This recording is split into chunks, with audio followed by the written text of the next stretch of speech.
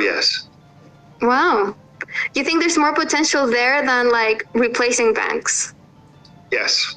It's interesting to hear you, like a global macro investor with like a long like track record in traditional finance and like Goldman Sachs and like investing in social tokens, which is like such a new and like almost like fringe part of crypto. So I'd love to just like hear more of your thoughts on like how.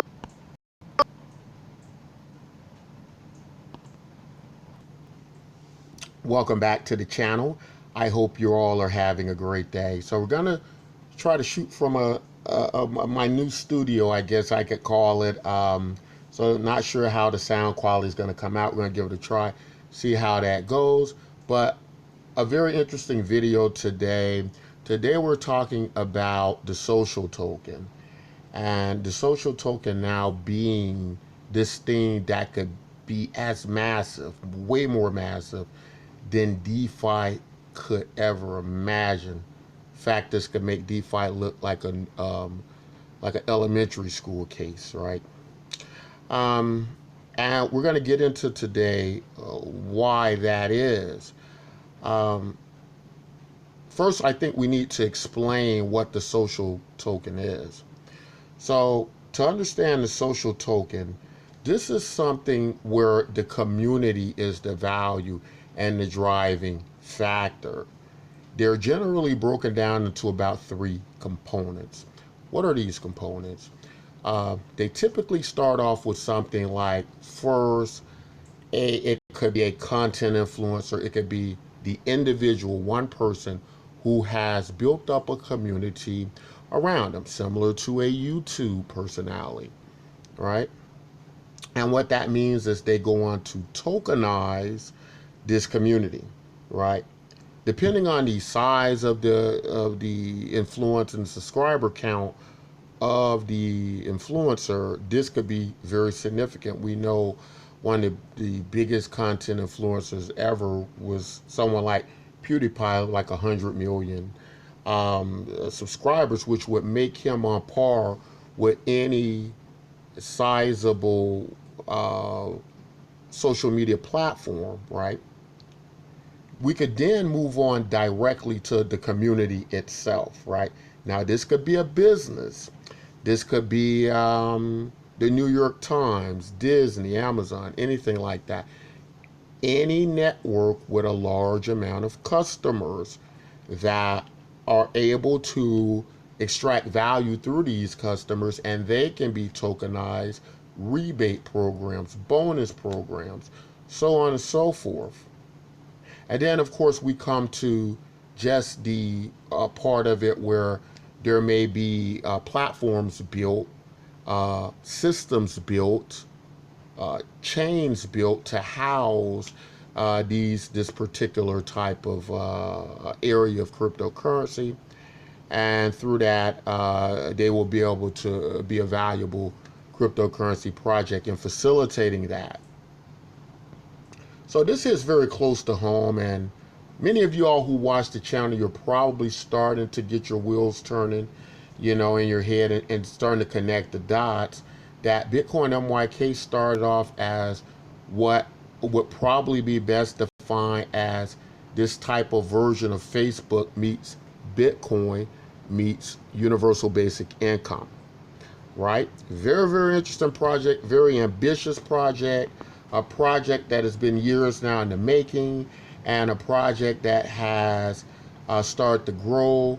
We've started to see some understanding from the community of what it is exactly that's going on here. So what is important in all of this is understanding this rule, and that rule being that your community, that your network is the most important part of cryptocurrency.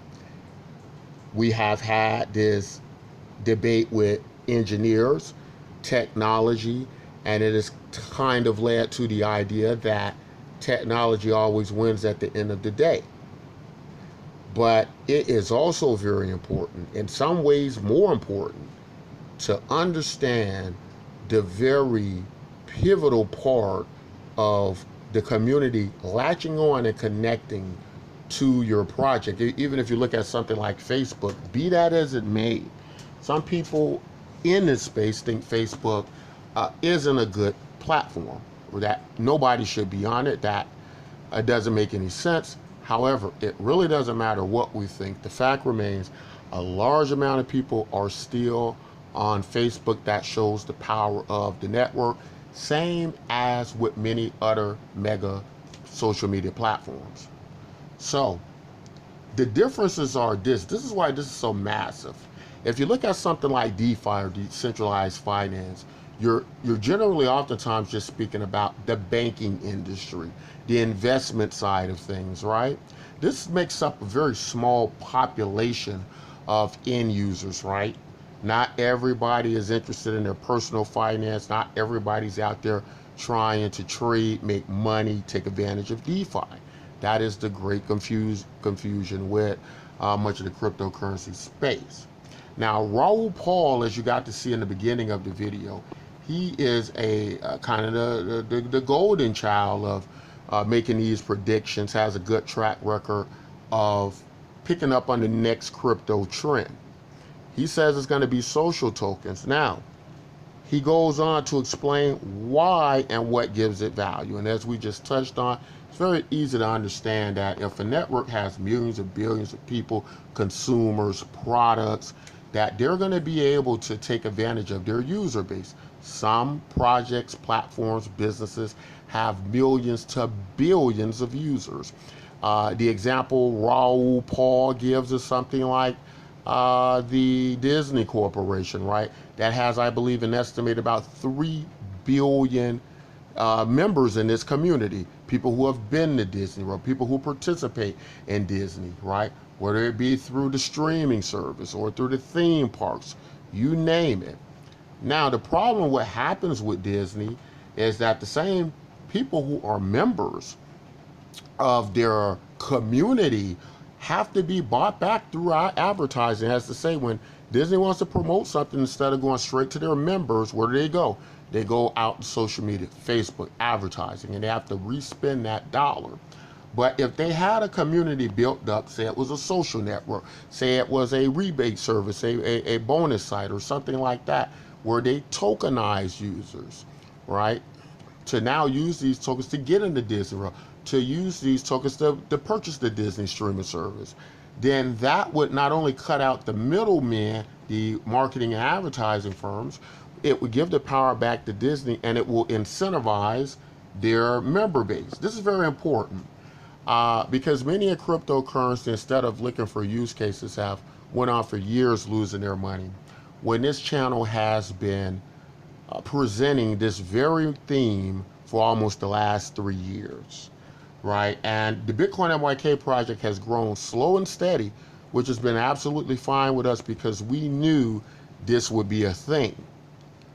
But it also goes to show that we have a lot to learn here in cryptocurrency. Instead of focusing on use cases that made sense, we focus on casinos, gambling, we focus on Ponzi schemes, trading, and a lot of financial sector, part of the financial sector.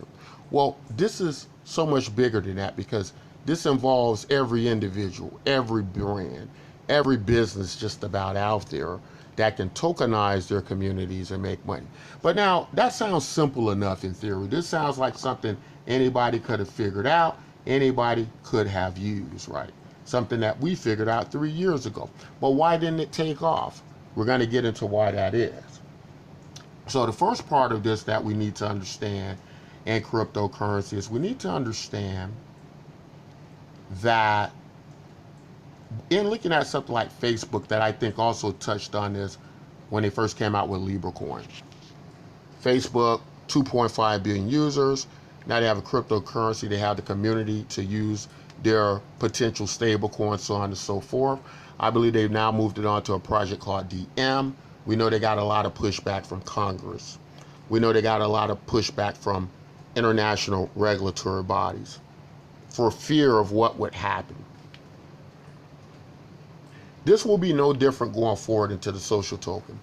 It's going to take brave souls to do this. So here's what I want you all to understand. And this might be one of those videos that you might not get it the first time, but you might need to watch it a second time, because there's some very important things you need to know if you're going to be in this cryptocurrency space.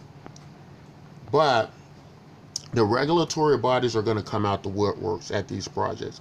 We saw this happen with Library, this social platform that they got hit by the SEC, and you hardly hear about them these days, right? It's like the dream kind of disappeared. This is going to be no different in this space, and a lot of the businesses that attempt this, they're going to be hit as well. They're going to suffer. So I'm saying all that to say this: when these projects start to launch out, don't just willy-nilly dive into everyone that comes out. Most of these aren't going to make it, but the ones who do are going to make it big. Projects like ours, Bitcoin MYK. And I'm going to tell you why it's going to make it. Because they're going about this the wrong way. We figured out a long time ago that if anybody attempted this, they're going to be declared a security, right? Disney, the rest of these companies try that. They're going to have a lot of regulatory problems. They're going to have to lawyer up really big. So they're going to get a lot of pushback. So who's going to lead the charge in this isn't going to be who you think it is. It's going to probably first be smaller, high-risk taking projects that are going to be shut down. And the reason they're going to all be shut down is because of the way they go about it. They're going to be securities. Who's not going to be shut down is the projects that give their cryptocurrency away free, like Bitcoin MYK, the projects that operate more like foundations and charities, the projects that operate more like on the idea of universal basic income like we do. These are going to be the hard projects to stop. They're going to create these valuable currencies, these global cryptocurrencies that the entire world is going to use. So be very careful in this and do your research and really study to understand why just having a business model isn't going to work. I spent a lot of time on the Hive blockchain, and I like that blockchain because the transactions are almost free, right? That's another important aspect of cryptocurrency. If it's too much to use your project, then what's the point of using it? It's costing me too much to use it. But with the Hive, although it gets that right, paying for the system, it gets wrong. Because what the Hive blockchain attempts to do is they attempt to have people with the most money instrumental in running the platform, which kind of turns it into this business oligarchy type system that has only allowed it to grow to a few million people when it should be 100 millions, billions. Another thing with these DeFi projects, there's only about 400,000 people in the DeFi space, and Bitcoin only has about 100 million users. That's nothing to the likes of Facebook and Disney, who can get billions upon billions of users doing this very same thing. That's going to be nothing to projects like Bitcoin MYK that are going to give the cryptocurrency away free and give it based on universal basic income to the globe, something that half the global population statistically has opted to. You're talking about over 3-4 billion people. These type projects can build networks like that based on the model. And someone like Raoul Paul, who understands the value of a network, he already can understand how they derive value. As we said earlier, Disney has to go back through the social networks to pay their own members to come back. They have to double pay, you see. And they have their members already. There's no reason for them to have to go through networks when they already have the network. But they spend billions upon billions of dollars doing this. With something like this, everybody's going to be able to gain value from essentially their own currency, in the sense that they earn this for being a human being collecting universal basic income. They do not go out and buy it. They do not have to jump through a hoop. Just for being a human being, they are granted so much of this cryptocurrency. That's going to create a much more massive network, a much more valuable set of payment channels, a much larger advertising promotion network to who the likes of Disney and many others will want to pay through, because they're not going to probably be able to accomplish this on their own. And even if they do, the regulatory buyers are going to come after them, say, Disney, you're $1 billion company. Much like Facebook, we order you to cease and desist. You walking around with a currency bigger than the US dollar, bigger than the Russian ruble, bigger than the yen, is not something that's on our agenda. But you cannot stop the value of a person. That is the one frontier left that regulatory bodies can't touch. They cannot touch a project saying that you are valuable to it and that value is yours just for being a human being. No project ever in the history of man is ever going to be able to touch that. And that's why Bitcoin MYK, working on this now almost 3 years, fully understands this, much like Raoul Paul understands this. And this is where the space is headed. This is what it is, right? And as you can see, people are registering, people are signing up because they understand this as well. And it's now your turn. The project is absolutely free. You certainly don't want to miss this. This is probably going to end up being one of the most pivotal times for cryptocurrency to go forward. This is finally us getting out of the casino, out of the Ponzi schemes, out of the gambling. And we're finally growing up and maturing and moving on to where we should have been many years ago.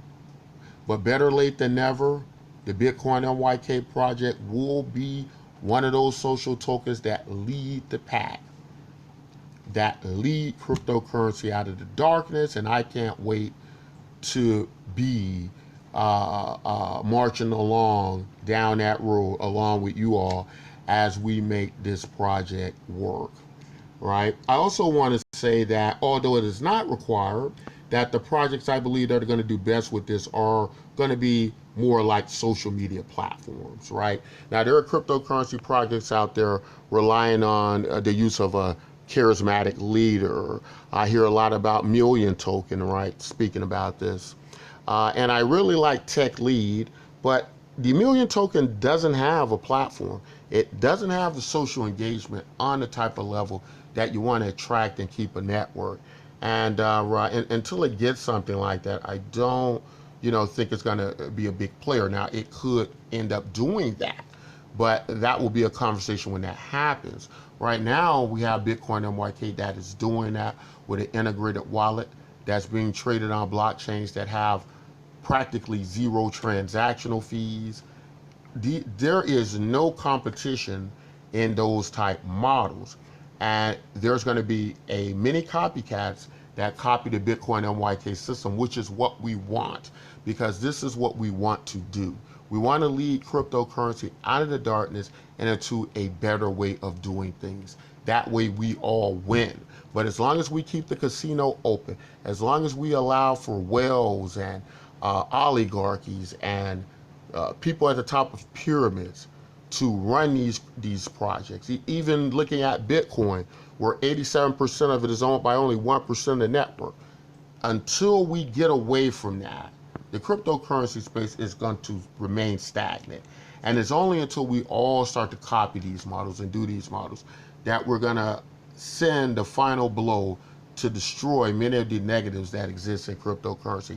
And that is the day I'm waiting for, hoping for, and I know we will get there very, very soon now. That's all I want to say in this video. Don't forget to join Bitcoin MYK. You're going to be glad you did. Do not hesitate if you watch this video. Do not wait. Getting your accounts going to be very, very paramount to your success in this project. We know that that's how cryptocurrencies generally run, that if you get in early, you're going to be one of those people that are going to probably fare fairly well. And there's no excuse with this because it requires no money. This is the dawn of the social token. Until next time, as always, take care of yourselves and each other.